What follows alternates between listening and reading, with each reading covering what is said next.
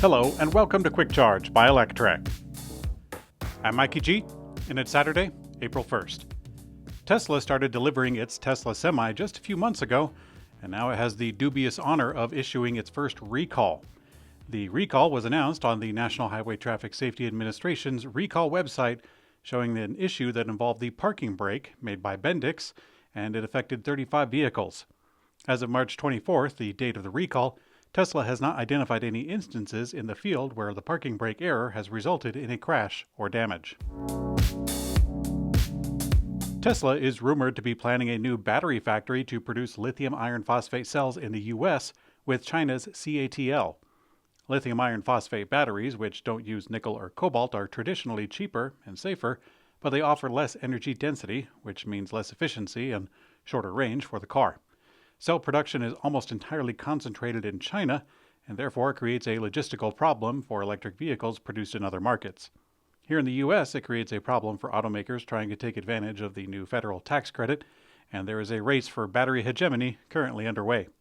Ford has recently announced a plan to partner with CATL to build a lithium iron phosphate battery cell at a new $3.5 billion factory in Michigan. And now, Bloomberg reports that Tesla is looking for a similar deal.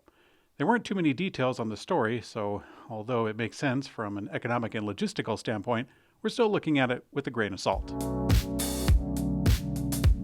Tesla appears to be teasing a new product in a cryptic social media post on Chinese Weibo, which is called a CyberVault.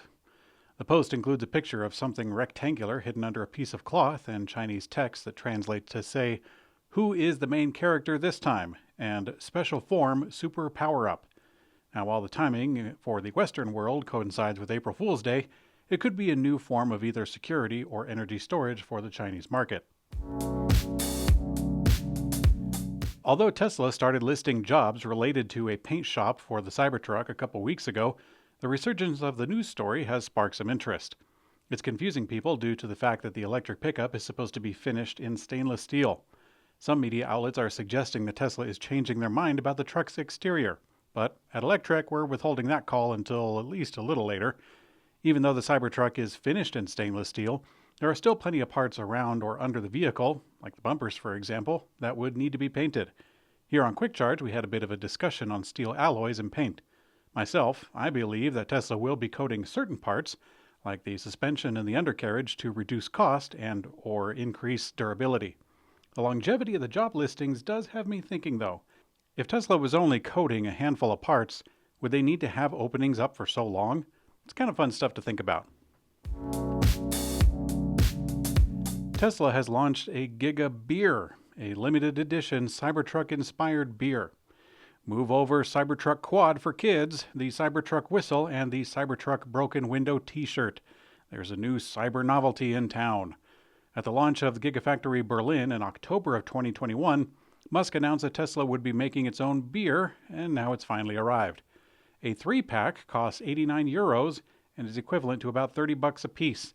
And this one is not an April Fool's joke, if you are curious.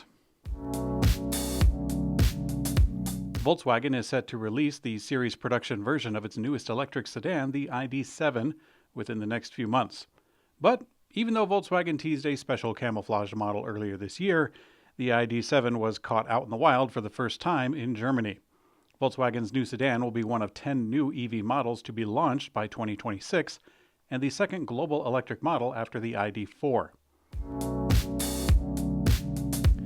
According to a recent job post from Rivian, it's looking for a manager to lead its service center in Berlin, Germany, which would be the first footprint in the European Union. By looking to hire new positions overseas, Rivian's EV expansion feels imminent. As a manager of Rivian's upcoming service center in Europe, many of the responsibilities pertain to such, but a source with knowledge of the matter told Electrek that the Berlin service center won't, at least initially, be used to support Rivian's consumer electric vehicles. It's likely it will just be for Amazon's delivery vans instead. Canoo released its fourth quarter earnings on Thursday as it enters a critical phase of development. Canoo is looking forward, considering that a major hurdle in their progress has now been resolved. Back in April of 2021, the SEC opened an investigation and then informed the company that it believes that a certain former senior executive misled investors in late of 2020 and early of 21 regarding revenue projections. After a long battle, Canoo revealed that they have reached a conclusion with the investigation and agreed to pay a $1.5 million settlement. It wasn't just a resolution that they had in the report, though. Canoo had several exciting developments in the quarter, including delivering its light tactical vehicle for the U.S. Army.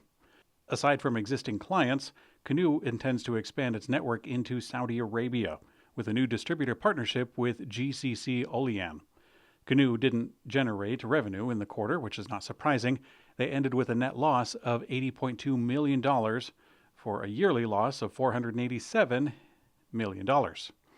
Canoo struggled to stay afloat last year, expressing significant doubt that they would be able to continue operations. Things turned around when important order notes came in. However, the path to profitability remains long and hard. It seems that I'm not the only one who is critical of Toyota. A coalition of 54 consumer and environmental groups from 26 countries have written a letter to Toyota asking that the company phase out fossil fuels globally by 2035 and in Europe by 2030. The letter is timed to coincide with the start of the new CEO, Koji Sato's tenure. The group also demands that Toyota end its anti-climate lobbying immediately. The effort was spearheaded by Public Citizen, not a person, but a U.S.-based nonprofit consumer advocacy group. Other notable signatories include the Japanese chapters of Greenpeace and the Rainforest Action Network, along with the Center for Biological Diversity, Electric Vehicle Association, Green Latinos, Cultura, Earth Justice, and the Sierra Club. Although this is a very commendable effort, I would put it in the same category of effectiveness as an internet petition. In today's community comment found on YouTube, Christover1 says, solar panels would be for camping power, not charging a traction battery like on my ICE four-wheel drive. Yes, you're right. In Thursday's installment, I intentionally misunderstood the purpose of the solar panel that was resting atop the camper shell of the Hummer EV truck, or concept. Of course, such a small panel isn't used for recharging the car itself, but given the small panel and the gargantuan size of the battery, couldn't help myself but poke fun at the idea, even if it wasn't the purpose of the accessory to begin with. So you're right, Chris. The purpose is for powering camping accessories like a nightlight or a phone charger, perhaps a toaster if you like your toast more on the bread side. But thanks for your comment. Thanks for watching Quick Charge by Electrek.